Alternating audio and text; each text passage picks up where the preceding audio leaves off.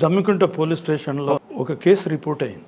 ఎట్లా అంటే ఒక ఎస్సీ మాల కుర్రోడు మీద అలిగేషన్, ఆ కుర్రోడు మర్డర్ చేయబడ్డాడు. ఆ దాని మీద కేసు రిజిస్టర్ అయింది జమ్మికుంట పోలీస్ స్టేషన్లో, కరీంనగర్ డిస్ట్రిక్ట్, దాదేన్ కరీంనగర్. ఇప్పుడు ఏమైందో అదే డిస్ట్రిక్ట్ అయిందో నాకు తెలియదు. అవ్వలేదులేండి. కాలేదా? కాలేదు. అది పెద్దపల్లికో దానికి ఉన్నట్లేదు. అదే అయింది, చేంజ్ అయింది. అయితే ఆ అలిగేషను వాళ్ళ తండ్రి సమ్ లోకల్ కాంట్రాక్టర్, ఆయన ఈ ఎస్సీ సెల్ ఉంది కదా అని చెప్పేసి లోకల్ పోలీసు నా కొడుకును ఇట్లా పలానోళ్ళు చంపినరు, మళ్ళీ కేసు కూడా కట్టి కూడా పోలీసులు సరిగ్గా చేయలేదు, మీరు చేస్తారని చెప్పేసి మా సిఐడికి ఆయన స్వయంగా వచ్చాడు. అప్పుడు పుల్లారెడ్డి ఎస్పీ. ఆ రోజుల్లో పుల్లారెడ్డి ఇమ్మీడియట్గా కేసు నాకు ఎంటర్ చేశాడు. రాను ఇది ఎంక్వైరీ చేసి తర్వాత ఏముందో ఎవిడెన్స్ దొరికిన తర్వాత బుక్ చేయవచ్చు మనం అని చెప్పి నాకు కేసు ఎంటర్ చేశారు. నాకు మళ్ళీ అక్కడ అది మర్డర్ కేసు అని చెప్పేసి ఒక కాశీనాథ్ అనే ఇన్స్పెక్టర్ను కూడా నాకు జతకిచ్చాడు. ఆయన కూడా ఎస్ఐ. ఆ రోజుల్లో ఇద్దరం ఎస్ఐలో వెళ్ళాం. అంటే ఇన్ఛార్జ్ నేనే, నాకు ఆయన అసిస్టెంట్. వెళ్ళిన తర్వాత కేసు ఫైల్ తీసుకొని పోలీస్ స్టేషన్ పోయి రిక్వెజిషన్ ఇచ్చి సీడీ ఫైల్ తీసుకున్నాను. తీసుకున్న తర్వాత చదివి దాని మీద హిస్టరీ ఎలా ఉందంటే, ఒక గౌండ్లలో ఇంట్లో ఈ అబ్బాయి అద్దెకుంటాడు చదువునీకి. వాడు చిన్న అది ఎంతవరకు ఉన్నా కానీ 10th చదువుతున్నాడు. 10th క్లాస్ చదువుతుంటా వాళ్ళ ఇంట్లో కిరాయకుంటే ఆ ఇంట్లో, ఆ గౌండ్ల ఇంట్లో వాళ్ళు మొత్తం అందరూ కళ్ళు గీసేవాళ్ళే. కళ్ళు గీస్తారు, కళ్ళు అమ్ముకొని బతుకుతారు. ఆ జమ్మికుంట ఏరియాలకంతా కళ్ళు రోడ్ల మీద పెడితే అమ్ముతూనే ఉంటారు. ఆ కళ్ళు అమ్మేటోళ్ళు ఇంట్లో వీడు కిరాయకుంటే అదంతా చదివితే ఈ విధంగా ఉన్నది. ఇతడు చచ్చిపోయిండు, నోట్లోకి వెళ్ళి నురుగు వస్తుంది, వాళ్ళ ఇంట చచ్చిపోయిండు అని చెప్పేసి మన ఎఫ్ఐఆర్ చెప్తుంది. దాని మీద లోకల్ పోలీస్ స్టేషన్ ఇదంతా వాడంతలో వాడే ఈ కమిషనరేట్ సూసైడ్ అన్నట్టుగా కేసును క్లోజ్ చేసేసారు. 174 కింద క్లోజ్ చేసేసారు. అది మనకు వచ్చినాక అంతా చదివిపోయినాక ఇక స్పాట్కి వెళ్ళాలా. వాళ్ళ ఇంటికి వెళ్ళాను. ఫస్ట్ సీనా పప్పిని చూడాలని ఆ ఇంటికి వెళ్ళాను. ఇంటికి వెళితే ఎట్లా ఉందంటే, ఇక్కడనేమో ఓనర్స్ ఉంటారు, ఈ రూమ్లోనేమో ఆ కుర్రోడు అద్దెకుంటాడు. మధ్యలో ఒక విండో ఉంటుంది. ఆ విండో తెరుచుకోవచ్చు, మూసుకోవచ్చు ఆ విండో. అయితే ఈ కుర్రోడు ఇట్లనే ఉంటుండు. ఆ తల్లి ఏమో మొగడు చచ్చిపోయిండు, ఆ ఆ ఇంటి యజమాని మామ చనిపోయిండు, అత్త ఉంటుంది, బిడ్డే ఉంటుంది. వీడు సొంత మేనమామ, అక్క బిడ్డనే చేసుకున్నాడు వీడు. ఆ పిల్ల చాలా యంగ్ పిల్ల, చాలా చిన్న పిల్ల. అప్పుడు ఎంత ఉన్నదో నేను అనుకుంటాను, మంచి వయసులో ఉంది, 18 ఏండ్లు ఉంది. వీడేమో ఏజ్డ్ పిల్ల, ఎవరు మొగడు.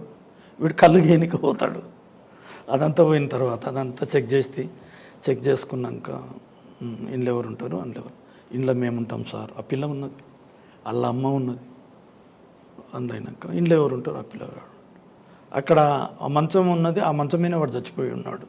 అంటే as per CD FIR case file ప్రకారంగా, లోకల్ పోలీస్ ప్రకారంగా అక్కడ ఉన్నారు.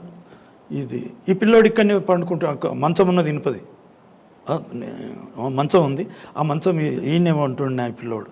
ఎట్లా ఉంటుంది, ఇక్కడ మంచమేమో ఈ పిల్లది ఉంటుంది, ఇతర గోడ మధ్యలో వీంది ఉంటుంది. ఆ కిటికీలోకి వెళ్ళి ఇద్దరు, వీడు ఎప్పుడైతే బయటికి పోతాడో ఇద్దరు అంతా అన్ని కిస్సింగులు బొస్సింగులు అన్నీ పించింగులు బొంచింగులు అన్నీ జరుగుతూ ఉన్నాయి. ఇక వాడు పోగానే ఈ పిల్ల ఇంట్లోకి ఈ తలుపు తీస్తే ఇంట్లోకి వెళ్ళిపోతుంది. ఏజ్డ్ కదా వీడు, యంగ్ ఫెలో, కొత్త పోరుడు, చదువుతున్నాడు, తండ్రికి ఒక్కడే కొడుకు కథ. ఒకరోజు వీడు కళ్ళమ్ముకొని మొగడు వచ్చిండు. ఈ ఆ పోరాడు అందులో ఉన్నారు చూశాడు. చూసిన తర్వాత ఏం చేశాడు, భర్త కదా అది మాలా ముండా కొడుకు ఇంత పని చేస్తాడా? వద్దేమో అక్క కన్నా వాళ్ళకి ఇయ్యొద్దేమో ఆలోలకు కిరాకీ వద్దట కూడా ఇచ్చింది, బుద్ధి లేని అట్లా ఏంటని వాళ్ళ అక్కను ఒకసారి తిట్టిండంట కూడా, వాళ్ళ భార్యను కూడా కొట్టిండు వాడు 2-3 సార్లు. ఆయన అలవాటు పడ్డ పిల్లలు ఎట్లుకుంటాడు, అప్పుడు ఆడికెళ్ళిపోతాను లేడు. వానికి చదువు ఇదే చదువు చదువుతున్నాడు, అదే అయిపోయింది. చదువుకుంటూ అట్లా ఇట్లా ఉన్న తర్వాత ఒకనాడు ఈ కొడుకుని లేపాలనుకున్నాడు, కళ్ళులో విషం వేసుకొని తెచ్చిండు, తాపిండు బాగా. కళ్ళు ఏం వేసాడు? కళ్ళులా విషం, పాయిజన్. ఈయన చంపాలనుకున్నాడు కదా, మామూలుగా చంపితే లేనిపోయింది అవుతుంది అని చెప్పేసి కళ్ళులా పాయిజన్ వేసుకొని తీసుకొచ్చి మంచిగా ఫ్రెండ్షిప్ లేక మంచిది కోడిని బొన్ని కోసుకొని తిని అందరు కలుసుకొని వీళ్ళింట నిండు ఆ పోరగాడు కూడా పెడుతుండే. వీళ్ళు ఈ పిల్ల పెడుతుంది కదా, మంచిగా పెట్టుకుంది కాబట్టి బిలవుడు కాబట్టి మంచిగా చేసినాక కళ్ళు బొల్లు అది బాగా తిన్నాక కళ్ళు బాగా తాగిపించిండ్రు, తాగిండు, స్వర్గానికి వెళ్ళిపోయాడు. స్వర్గానికి మీరు చెప్తారు? వెళ్ళిపోయాడు వాడు, పైకి వెళ్ళిపోయాడు. ఇక అంతే, నోవేర్, కథం అయిపోయింది, చంపేశారు. దాన్ని 174 నాట్ డిటెక్టబుల్ అని చెప్పేసి కేసు కొట్టేశారు లోకల్ పోలీసు. ఆ రిపోర్టు ఇక మేము కూడా ఎంత అయిపోయినాక ఎవిడెన్స్ ఏమీ లేదు, తర్వాత దాని లోపల కూడా కేసు ఏం కట్టకుండా ఇది ఏమీ ఆధారాలు లేవు కాబట్టి ఇది ఎంక్వైరీ మేబీ క్లోజ్డ్ అని చెప్పి రిపోర్ట్ ఇచ్చేశారు. మీరు సార్ మరి 174 అయిన తర్వాత పోస్ట్ మార్టం అవుతుంది కదా, అవన్నీ పోస్ట్ మార్టంలో లోపల కళ్ళు తెలియదు, కళ్ళు పాయిజన్ కూడా వస్తుంది కదా, వచ్చినా కూడా వీళ్ళు సరిగ్గా చేయలేదు కదా, మీరు చేయొచ్చు కదా, మళ్ళీ ఫర్దర్ ఇన్వెస్టిగేషన్ చేయాలని చెప్పి రాశాను. సార్ ఫైనల్గా చెప్పండి, కన్విక్షన్ రావాలంటే ఒక ఆఫీసర్ ప్రొసీజర్ ఏ విధంగా చేయాలండి?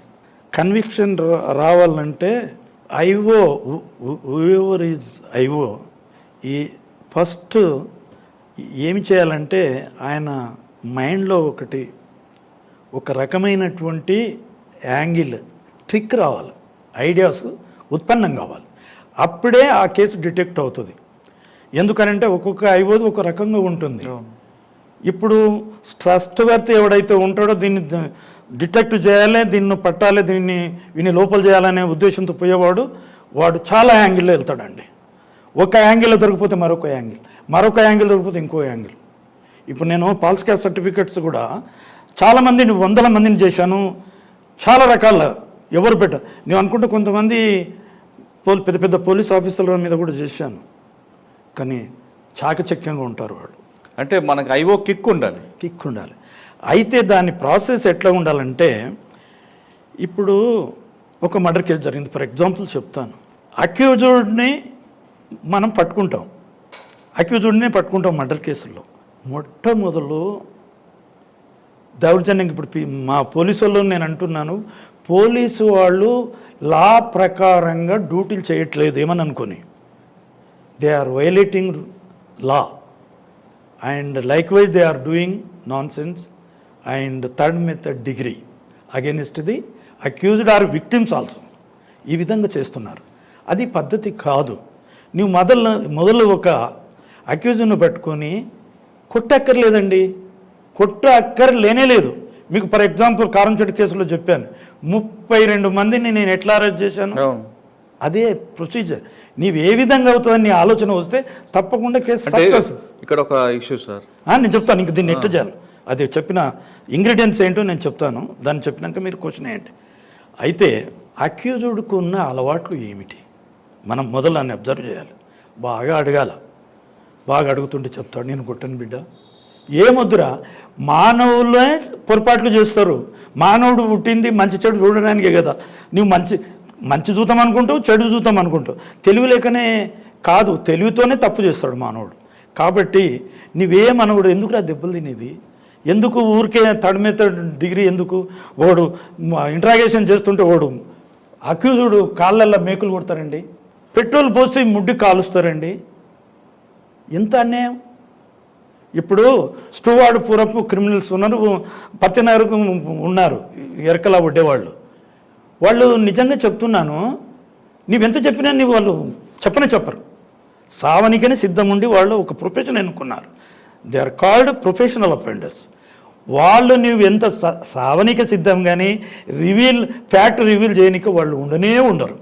కాబట్టి మన మైండ్లో అది రావాలి ఐఓకి, ఎవర్ మేబీ ఐఓ, ఆయన మైండ్లో అది రావాలి, థింకింగ్ రావాలి.